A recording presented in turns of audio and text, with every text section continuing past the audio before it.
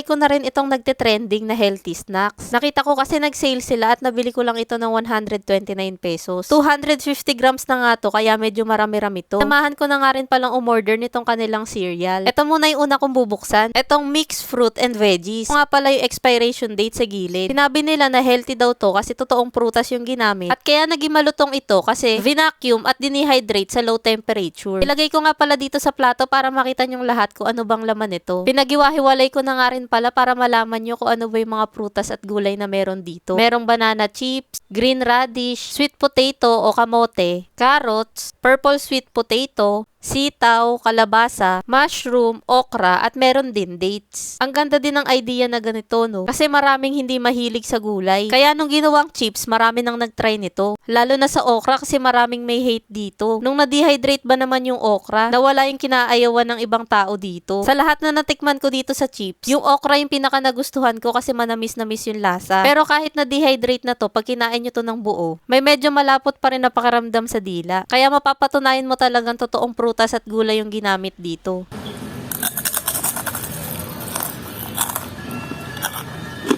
Ito naman yung sunod kong in-order, yung kanilang cereal mixed fruit. Noong nakita ko to, naisip ko pwede itong gawing pang almusal o kaya naman pang midnight snack. 400 grams nga pala to at 150 pesos yung bili ko dito. At pagbukas nyo, ito yung laman. Na-excite nga ako dito kasi nabasa ko yung mga reviews, masarap daw. Pwede daw itong papakin o kaya naman lagyan ng gatas. Pero nung tinry ko na itong tikman, hindi ito pasok sa panlasa ko. Nung nilagyan ko kasi ito ng gatas, parang naglasang ube yung cereal. Alam nyo yung lasa ng tunaw na ubing ice cream. Ganon yung natikman kong lasa. Nakakain na naman ako ng ibang cereal, pero hindi talaga pasok to sa panlasa ko. Sa mga nakatry na ba nito, ano masasabi nyo dito sa kanilang cereal mixed fruit? Sa dalawang nabili ko, yung marerecommend ko talaga itong mixed fruit and veggies. Nabitin nga ako dito sa isang okra. Kaya sa susunod na order ko, baka itong purong okra na lang yung bilhin ko. Promise guys, kung hindi ka mahilig sa okra, mapapakain ka nito. Sa mga gusto nga rin pala itong itry, ilalagay ko na lang sa comment section o kaya naman sa description nitong video kung saan ko to nabili. Marami pa nga pala ako i-share sa inyo ng mga sulit bilhin online, kaya huwag niyong kalimutang i-follow ang aking mga social media accounts.